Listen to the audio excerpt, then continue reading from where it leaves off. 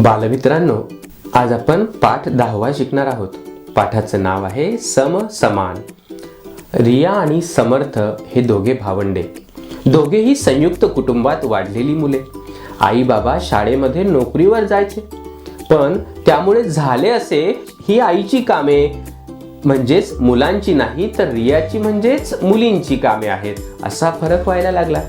आपली दोन्ही मुले समसमान वागावी असे त्यांच्या आईला वाटे, कारण मुलगा असो वा मुलगी दोघेही समान आहेत. याच विचारधारेतील सर्व कुटुंब असताना सुद्धा घर झाडणे, पाणी देणे, आईला मदत करणे या अगदी किरकोळ कामांचा सुद्धा समर्थला कंटाळा यायचा. आजी नेहमी म्हणायची, तो मुलगा आहे. आईला मात्र हा विचार पटेना. एके दिवशी आईला बरं नव्हतं आणि रिया मामांकडे गेली होती. मग काय, सगळी हलकी फुलकी कामे समर्थला करावी लागली, पण ती कामे करताना तो सतत चिडचिड करत होता.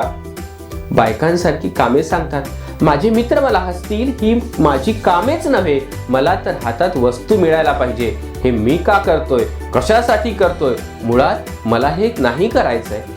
समर्थचा त्रागा त्याचं स्वतःशी पुटपुटणं सगळं आईला कळत होतं. न राहून ती उठली.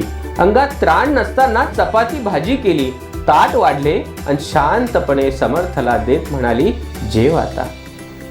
तो जेवायला बसला, पण एकही घास त्याच्या घशाखाली उतरेना.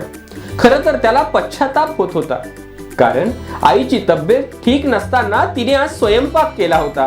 मी मात्र मुलगा समजून कामाचा कंटाळा करून चिडचिड करीत होतो. तो उठला आणि आईजवळ जाऊन रडू लागला. आई त्याच्या पाठीवरून हात फिरवीत म्हणाली, बाळा, मुलगी मुलगा असा कोणताच भेद करू नये. एकमेकांना मदत करणे, समजून घेणे ही आपली जबाबदारी आहे. पण अडचणीला सगळी कामे यायला हवी बरं का समर्थ. आईच्या बोलण्याचे खरे मर्म समर्थला समजले. पण आता रियासारखे वागण्याचा निर्णय समर्थने घेतला. तो दररोज आईला छोट्या छोट्या कामात मदत करू लागला.